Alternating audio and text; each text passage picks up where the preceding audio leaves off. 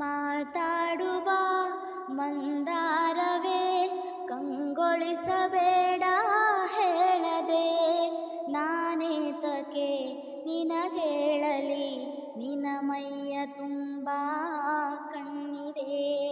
ಮನದಾಳದ ರಸಮಂಚದಿ ರಂಗೇರಿ ನಿನ್ನ ಕಾದಿದೆ, ಪಿಸು ಮಾತಿನ ಪಂದ್ಯಾವಳಿ ಆಕಾಶವಾಣಿಯಾಗಿದೆ.